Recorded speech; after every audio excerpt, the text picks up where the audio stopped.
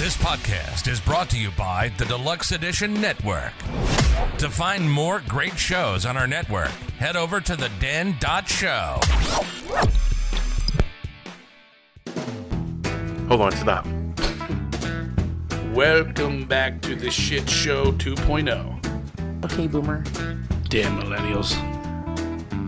Wow. Did not know that. Even flirters who are obviously mentally ill. You want to be my wife? Oh, this is gonna go downhill real quick. What is going on, and welcome to Take on the World with Nathaniel B. and Mike D. Johnny could not make it. Lexi could not make it. Very sad, very sad. So I had to look in the barrel, go all the way to the bottom, and scrape it up. And I came up with my co-host today, the wonderful, the one and only, Nathan Blaze. You're saying I'm bargain bin? No, I didn't say that at all. I'm pretty sure that's what you just said. I said bottom barrel. Well, that's basically bargain bin. No. Bargain bin is before bottom barrel. Oh, I see. Well, Nathan has never sat with us before because I didn't think he had much interest in doing this, but I thought he would love the topic that I did today. Full disclosure, this is my son. And surprise. From the time he was a little young lad, knee-high to a grasshopper, we'd go for car drives, and me and this kid would talk about the craziest stuff. Stuff that a 5 or 6 or 7 or 8-year-old would never talk about. Like, it was crazy. It was great conversations. Because I'm his son, you know. Because he's just so genius. My genius has rubbed off on him. So, good for you, bud. Good for you. Yeah, good for me. So what's going on in your world?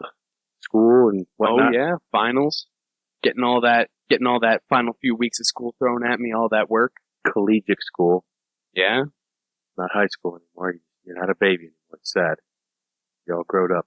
Sad. That makes me old. Makes me very old. Very old. I wouldn't say very. Very is a very strong word. Well, moderately old. Okay, that's better. So, this topic was something I've been thinking about for a while. And then I heard a YouTube video and the guy touched on some of these places. And I thought, man, I got to do that topic. I got to do it because, I've worked in a jail for like 32 years. So I have a great appreciation for security. I remember, here's a story too. I'm gonna jump. We're gonna sidetrack real quick. Oh boy. Which story is this one? I've always loved the sound of that gate slamming at the jail. When it closes behind me, I don't know, it's satisfying. Hearing that and the lock. I've never been able to hear it in person. You actually have heard it in person. Have I? So the one day I was on call and I got called in, and your mother, you, and I were someplace in Reading. And I drove over to the jail, and I had you guys sit in the lobby because it was hot in the car. You know what? I remember that now. I remember that. And every time that gate would close, you would get up from the area out from the lobby area. And you'd look down the hall. What is that? What is that? And so I think you found it satisfying, too. Or scary. I mean, little kid. Mildly scaring, but very intriguing. I do remember that now that you bring that up. So I also have always loved the gleam of the morning sunlight off the razor wire.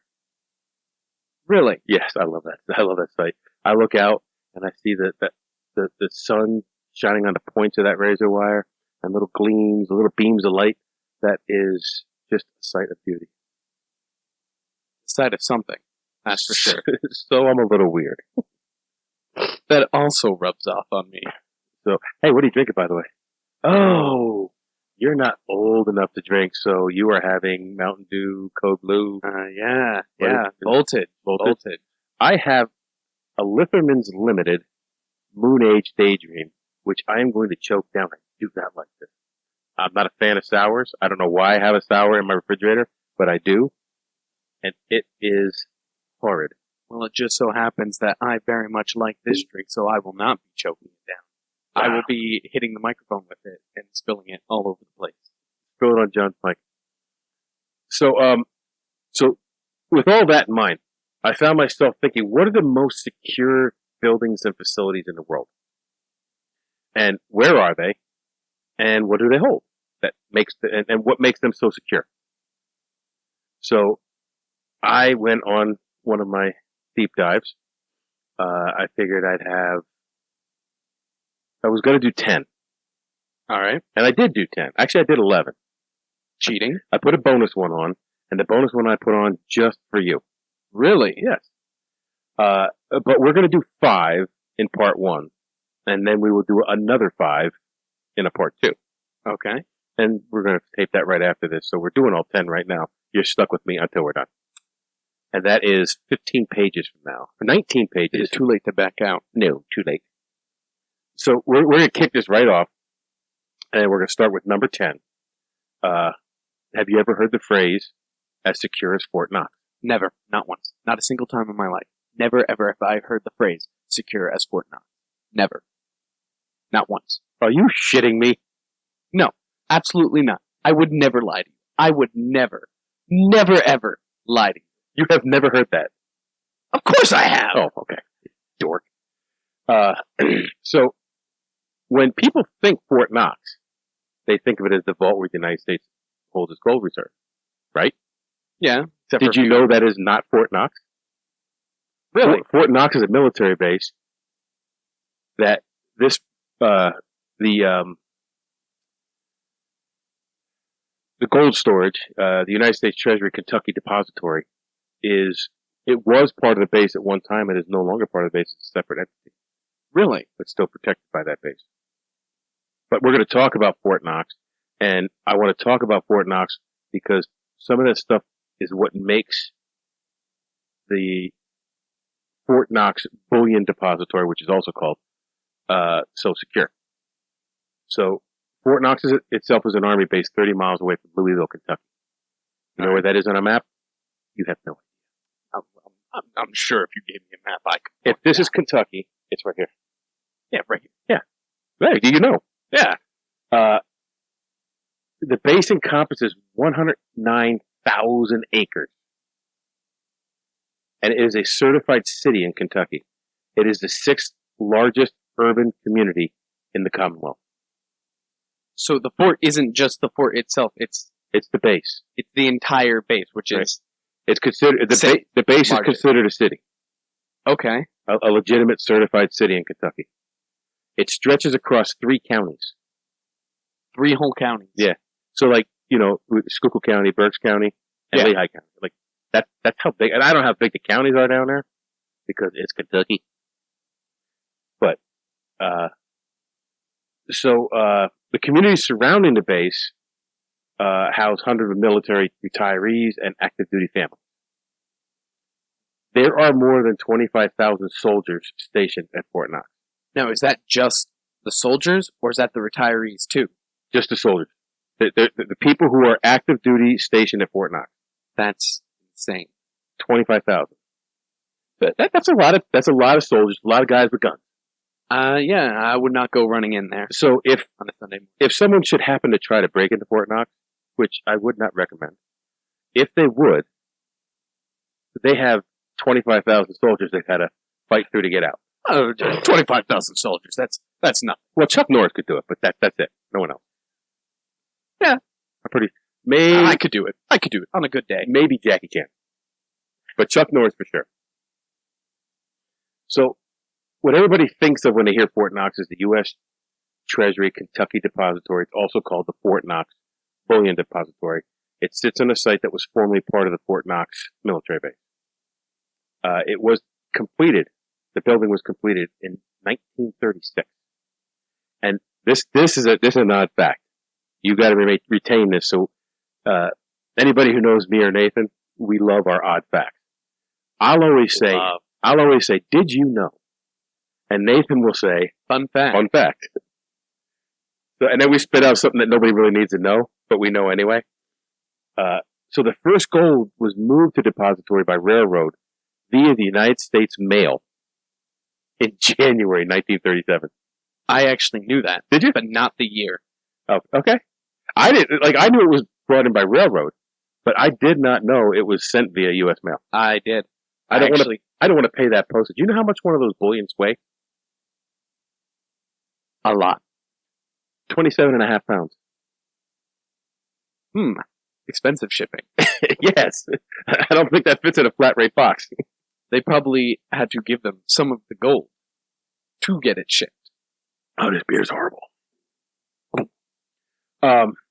Sure you don't want any of this? I have some water here to wash it down when I'm done. Yeah. Tastes like olive. The shipments to Fort Knox were completed in June of the same year, 1937. The construction of the building is granite, steel, and concrete. Within the building, the vault has 2 levels made of steel I-beam and steel plate, and they're steel cylinders that are with hoop bands encased in concrete divided into compartments. Like hoop bands, like the bands around like a wood barrel, Okay. but bigger?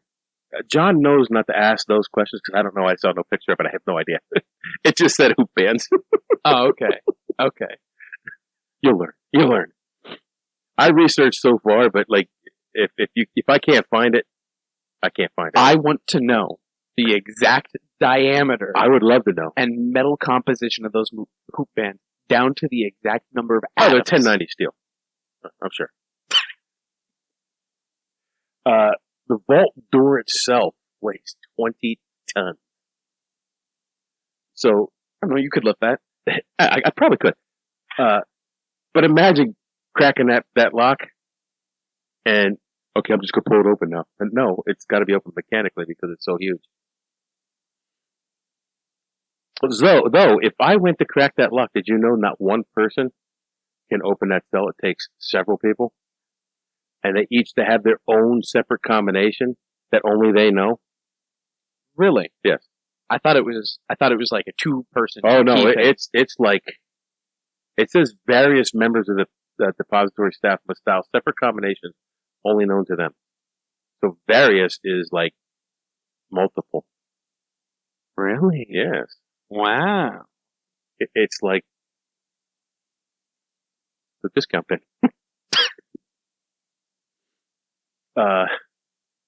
The building is equipped with the latest and most modern protective devices. That's unusual because a lot of those bases have stuff from the 70s. Well, the base itself might, but this building itself has been upgraded over the years. As soon as something new comes out, they have pressure plates around the fence. They have lasers. They have laser beams. It says here what it is. No, it didn't. All of it. So, if all of the protective measures, they have multiple like hundreds and hundreds of cameras. Oh, I believe that. And no one is allowed in the vault. Like no gold has been moved out of the vault in I couldn't tell you how many years. So I can't go and like. You can't go in and touch it. There's no public tours. There's no nothing. Can't get in there. Stored at the Fort Knox Bullion Depository is 147 million ounces of gold. That's nearly 2% of all the gold that's been mined on Earth. In one place. 2% doesn't sound like a lot, but that is a lot of gold. The most gold that was ever stored there was 650 million ounces. December 1941. And they took it there because World War II. They wanted it secure. Securest place on Earth. Each gold bar is 27.5 pounds. But during World War II, when World War II kicked off, they brought a bunch of other things to Fort Knox to keep secure, including the original Declaration of Independence. I did not know that. The U.S. Constitution. It held gold reserves for countries and key documents from Western history, so historical documents. Why is there always a fly down here? It's cursed. It held the crown of St. Stephen, part of the Hungarian national jewels, crown jewels. They were given to the U.S. soldiers so they wouldn't fall into Soviet hands, and they took them here and stored them here. The repository held one of 4 copies of the Magna Carta. There were 4 copies of the Magna Carta. Well, there were multiple copies of the Declaration of Independence, and they were sent to different parts of and they were read out loud. Easton, the square in Easton, is one of the places where they sent it to be read. Yeah. The Magna Carta was set to be displayed in 1939 at New York's World's Fair, and then war broke out, and it was kept in the United States for the duration. So we know what kept it secure. We know what it was keeping secure, and we know the reason why it had to be secure, which is the things I wanted to know about the secure places in the world. That's how we started. So is this that's the first one. The most secure? No. These are in no particular order. Okay. I just went through, and the only time they go in to the vault for the gold is they do purity tests on the gold periodically, and they take a small sample of the gold and they go out and do a purity test. Yeah, are they checking for things like the nuclear signature, like how all of the? There you go, John. Too deep. All I know is they're checking for gold purity. Whether it's 99% gold, if they're carbon dating it, don't know. Okay. I tried. You tried to stump me. You did. That beer. It's putting you off your game. Oh my God, it's horrible. So, the next one, have you ever heard of this one? Cheyenne Mountain Complex. Yes.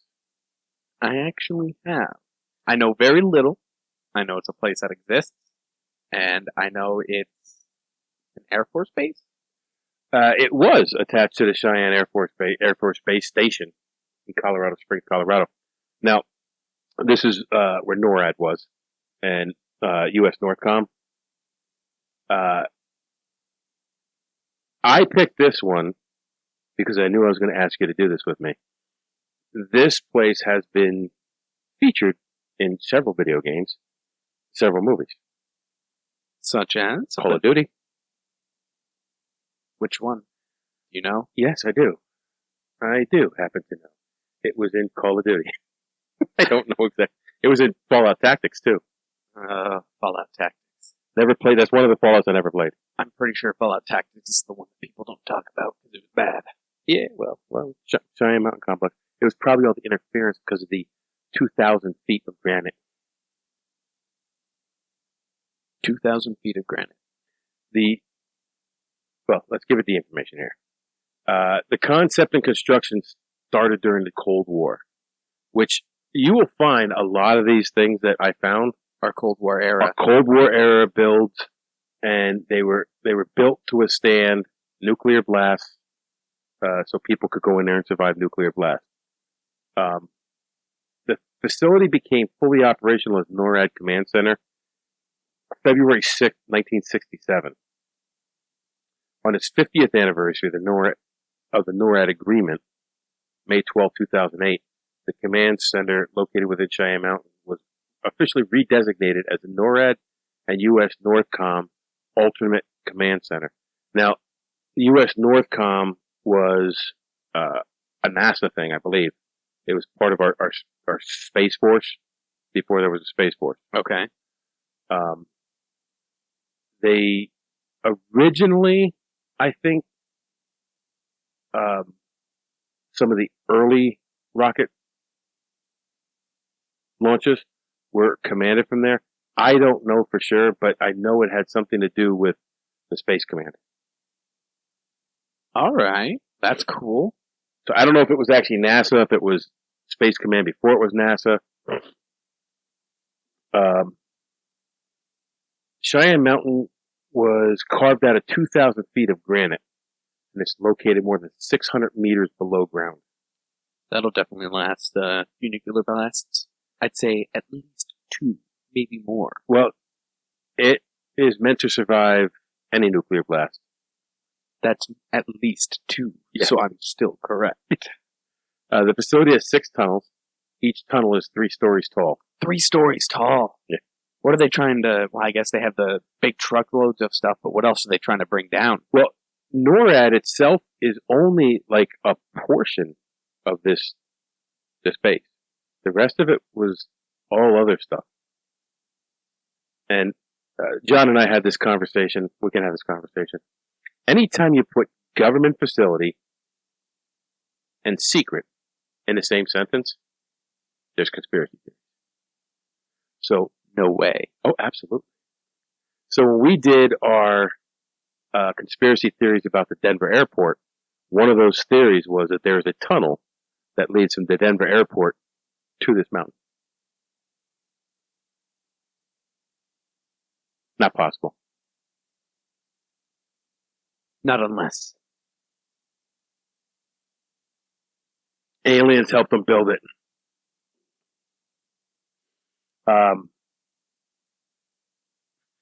The complex is reinforced against seismic activity and nuclear explosions. At least 2. It is hardened against EMPs, electromagnetic pulse attacks.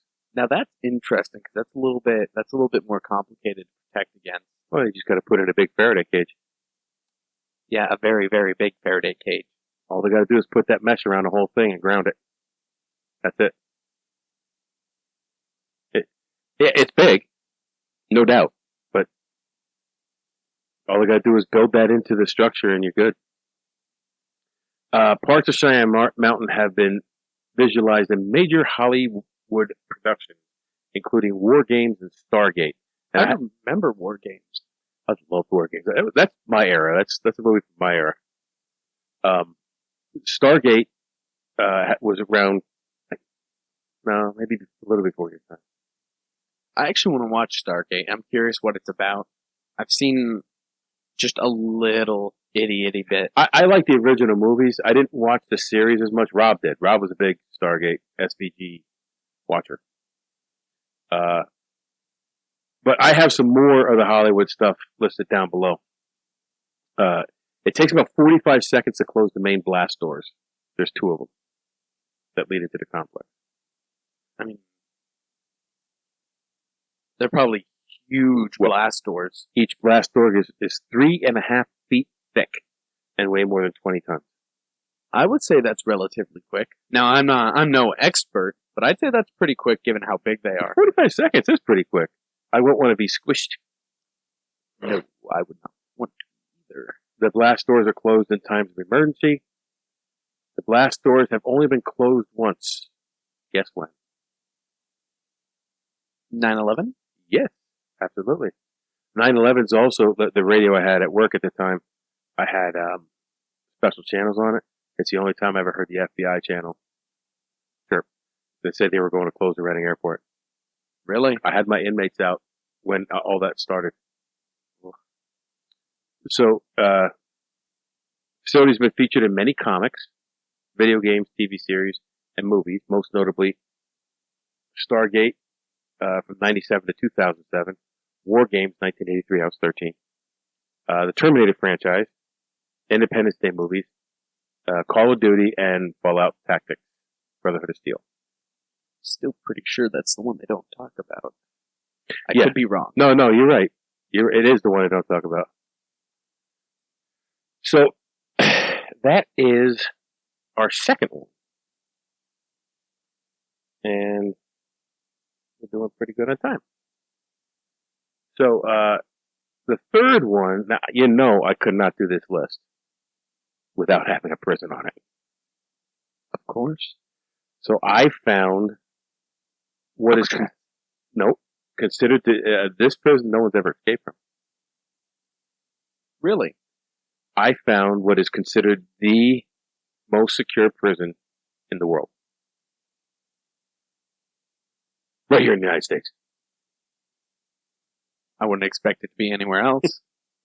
Maybe Russia. This was actually this was a doozy. So this is the U.S. Penitentiary Administrative Maximum, also known as ADX Florence, also known as the Alcatraz of the Rockies, also known as Supermax. ADX Florence sounds familiar. I don't know where I may have heard it before, but it sounds very familiar. So this is a super modern, maximum security federal prison located in the foothills of the Rocky Mountains in Florence, Colorado. So another Colorado property, because of the mountains. It really is the best place to build something you don't want people to get away from. I hike those mountains, and they're a bitch. I would not want to fall on any of those rocks because they look really, really, really hard. I'd imagine so. They just jut out of everywhere. The facility was opened in 1994, and it was built to incarcerate and isolate criminals deemed to be too dangerous for the average prison. So basically, if you went to any federal prison and you couldn't be handled there, they sent you here. If you were a high-profile prisoner, they sent you here. So I have a list of some of the prisoners that are down, and one on the list is kind of interesting. I don't know if I hope I put them on. If not, I'm going to look them up quick, and we're going to talk about them because it's kind of interesting. It's something I didn't know.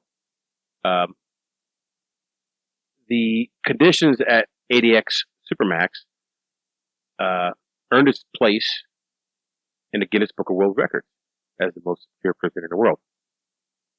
Relatively new. It's made with a lot of new technology, probably.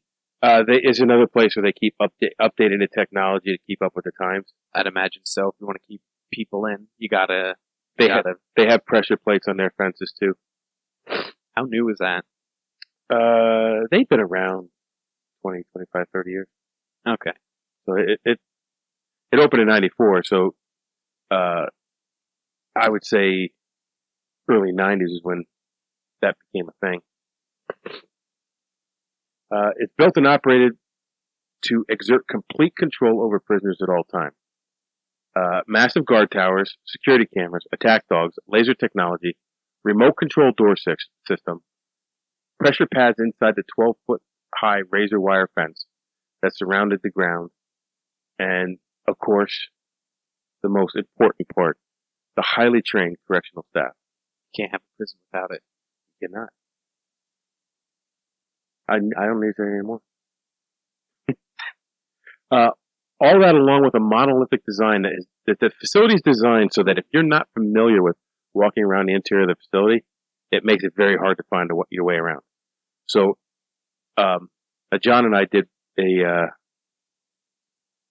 show on the Eastern State Penitentiary. I'm going to link that below. They used to put a hood over the people when they came in the prison, so they couldn't see the interior design of the prison, and they didn't take the hood off until they went in their cell. So if they got out of their cell, they wouldn't know where to go.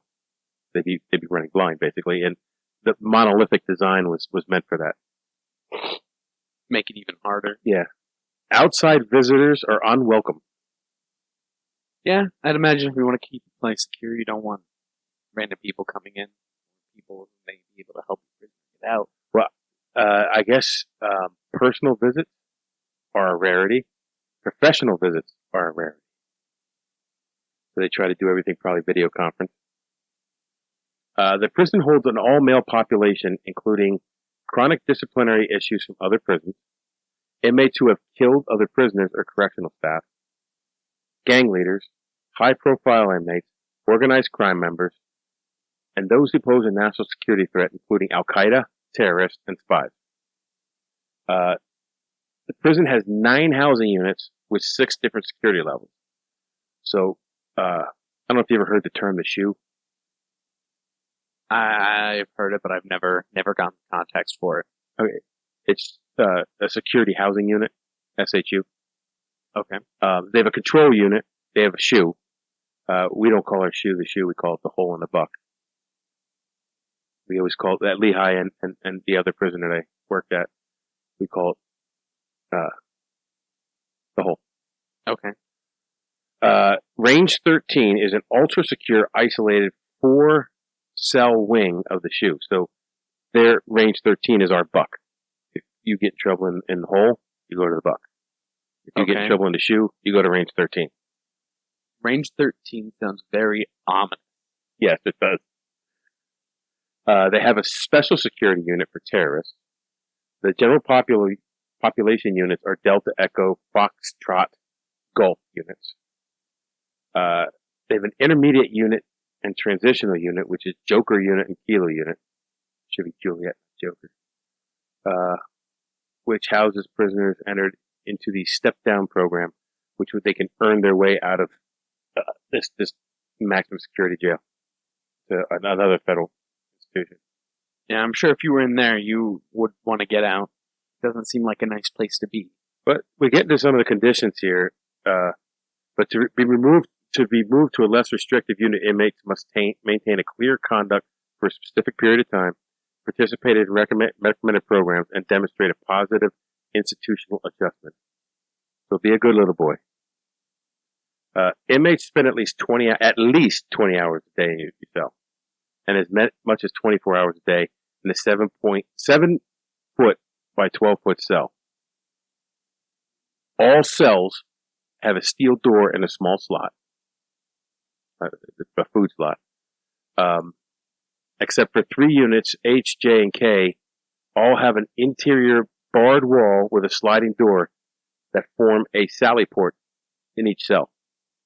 So, if I open the door, you can't rush out of me. I have to open this door, close this one, close the one I came through, and then open a gate to get into the cell. Oh, okay. I was just about to ask. So it's usually, if they're automatic, they're interlocked, you can't open one while the other one's open. One has to be closed for the other to be open. And that's high security in a cell. Like just a cell alone. Yeah. Each cell has a concrete bed, desk, stool, stainless steel, combo sink toilet. Cells also include a shower with an automatic shutoff valve. So you shower in your cell, you shit in your cell, you eat in your cell. Meals are delivered right to the cell. And the cells are equipped with a radio and a television that offers religious and educational programming. Nothing else. Well, I think they did say there's a couple other things, but it's probably situational based on what level you're at. It probably is, and it's probably still, like home and gardens and stuff like that. Like it's nothing. They're not watching cops all day. Yeah, I don't think so. Which is funny because inmates fucking do that. They watch cops in jail. Really?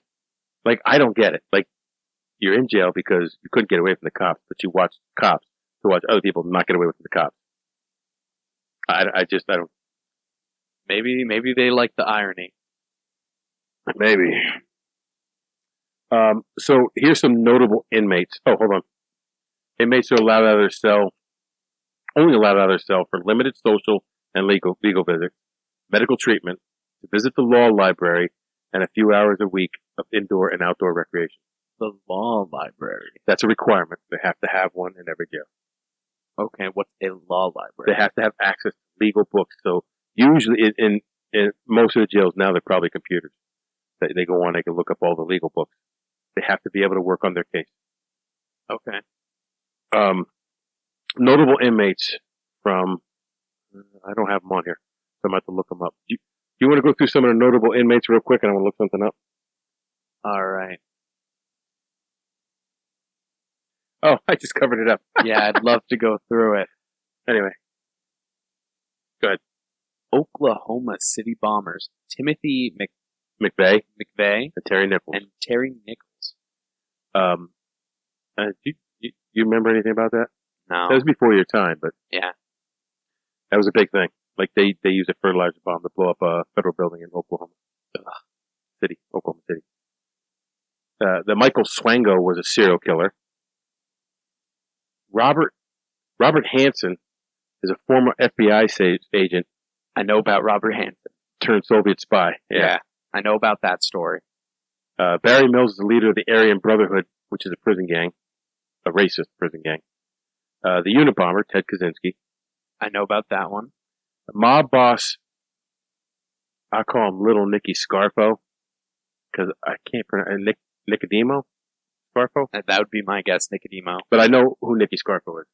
Okay. The September 11th conspiracy, Mazawi. Zechariah, No, I can't remember. Zachariah. Something like that. Eric Rudolph, the Olympic Park bomber. He was there.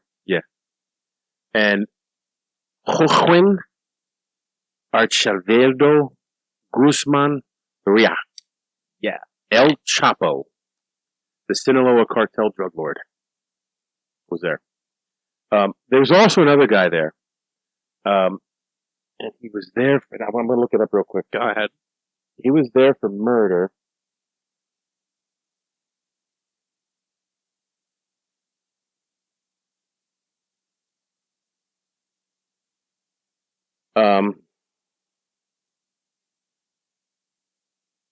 So Charles Harrelson. Charles Harrelson. Yes. Does the name Harrelson ring any bells with you? The name sounds familiar, but Woody I know Harrelson. nothing about Woody Harrelson. Woody Harrelson, you know, Zombieland. He's in Zombieland. Really? His father was locked up there. Oh, his father. Yeah. I was about to say. No, Woody wasn't. Charles was. What? He was a hitman for a crime family. A hitman. So I was looking through the notable, and they put up like 30 of them. I picked out the ones that rang a bell for me. All right. And I wanted to put Woody Harrelson's dad on here, and I started talking and put the computer down and walked away and came back and forgot. Woody Harrelson's dad. Yeah. That's number 3.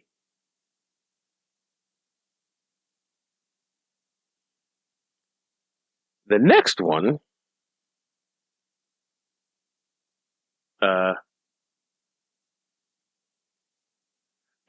I can't find it. I wanted to find pictures of this place before it was picked clean.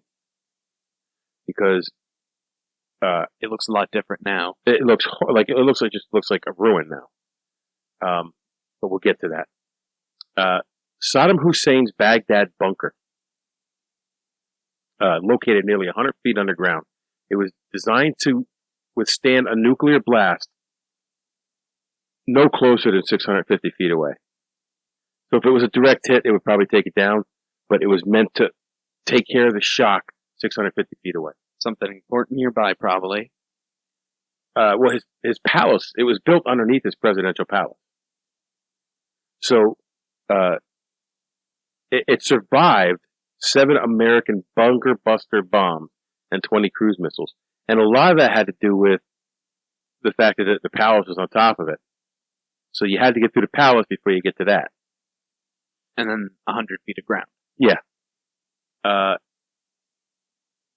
2,150 square yard bunker with 2 escape tunnels. One of the escape tunnels leading 200 meters to the Tigris River. 200 meters. The walls were 5 foot thick. The ceiling were 6 feet thick, reinforced concrete. Steel reinforced concrete. Not getting through that anytime soon. So the bunker itself was built in 1982 by a German firm. A German firm built it. Yeah. Well, Iraq in 1982 wasn't what it was in 1994. Okay, that's fair, yeah. It cost $48 million to build, which in today's standards, that's not a lot when it comes to a building like that. Back then, it was a lot of money. Yeah. The palace and bunker were destroyed and picked clean by looters in the final days of the Gulf War by Iraqi soldiers. So the only pictures I could find of it were of after it was picked clean. Oh, yeah, that looks like... Yeah, it looks like it was blown up, and I'm sure some of that damage is from the bombings, but Can't be that bad just from the bombing.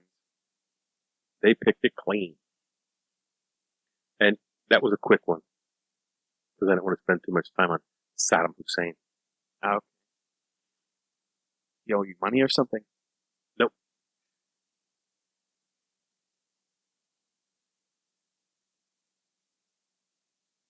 Okay, this is the last one for this half of the show. All right. This one's interesting too. This is Granite Mountain. So it's the Mormon Church records facility. So the Church of Jesus Christ of Latter-day Saints, the Mormon Church, has a vault deep inside a mountain in Little Cottonwood Canyon near Salt Lake City. Always the mountain. Of course, since it's a super secret vault, there's lots of conspiracy theories about it. I imagine so, yeah. But the facts are just as interesting as the conspiracy theories. I knew church kept good records, but I didn't think they kept so good records that they had super secure vault for it. The records that they keep here will surprise you. Really? Yeah, because there are church records in there. There's a lot of church records, but it's been aptly called the Mormon version of the pyramids. The vault is located under 700 feet of solid mountain stone. There are 3 tunnels and 4 cross tunnels inside the vault. 65,000 square feet, which is a football field and a quarter in size. There are 6 separate vault chambers that are accessible by 1 main and 2 smaller entrances. Now, that's in dispute because if you see an overhead picture of the front of it, you could see 4, maybe 5 entrances. They might have been added since this was written. Don't know. Maybe they don't go all the way in. Maybe they're just a parking structure. I don't know. But that's what they said with this research. Okay. Reinforced doors weigh up 14 tons each. Are able to withstand a nuclear blast. Kind of standard here. So the vault holds 2.4 million rolls of microfilm containing the most extensive collection of images of family history records. So it's a genealogical site. It's just the most complete genealogical site in the world.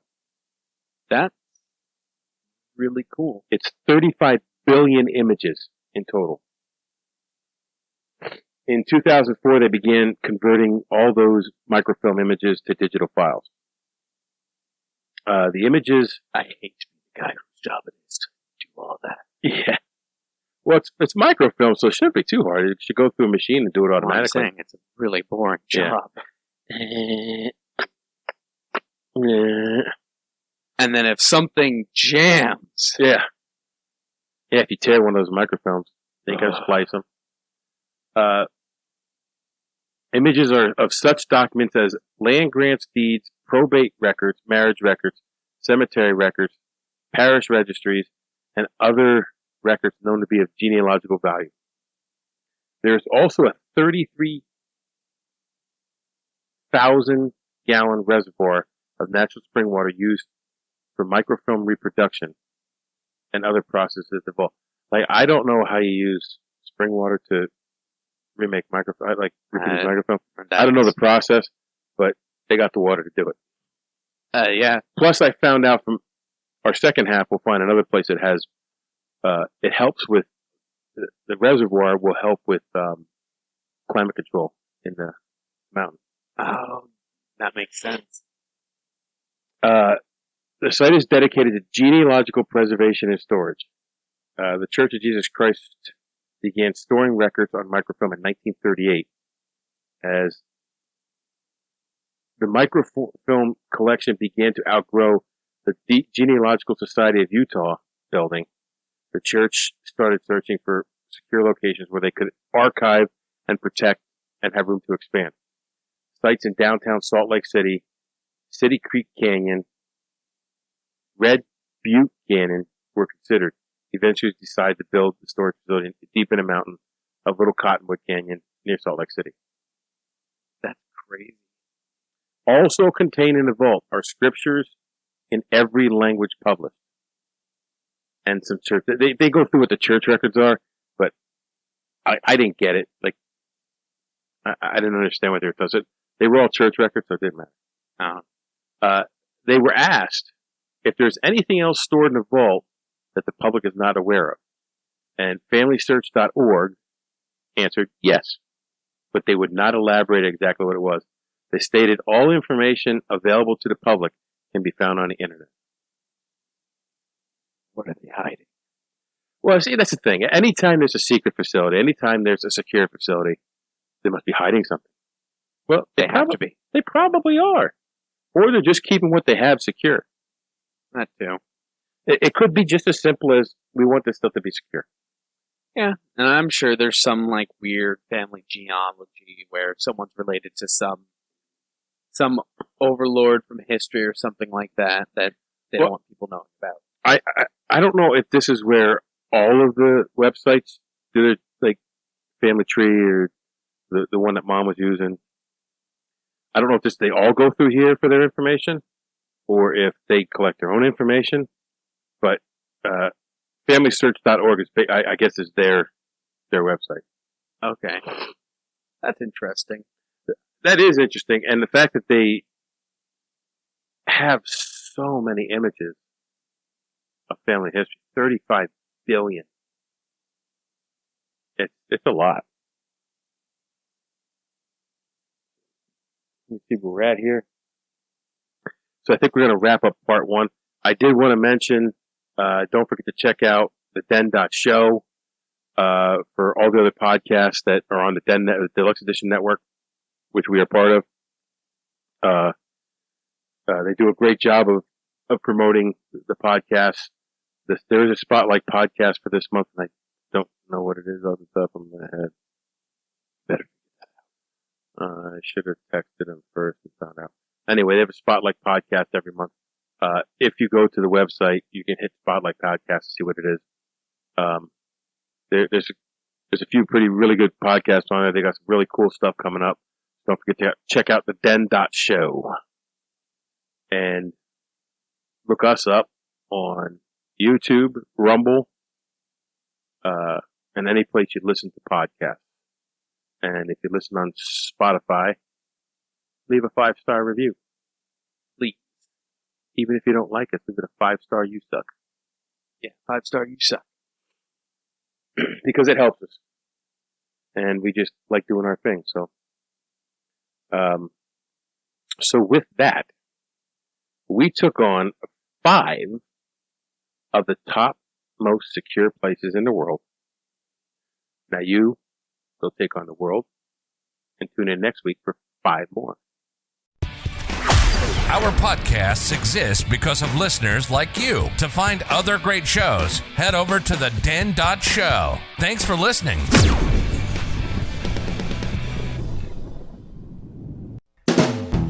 Hold on, stop. Welcome back to the Shit Show 2.0. Okay, Boomer. Damn millennials. Wow. Did not know that. Even flirters who are obviously mentally ill. You want to be my wife? Oh, this is gonna go downhill real quick.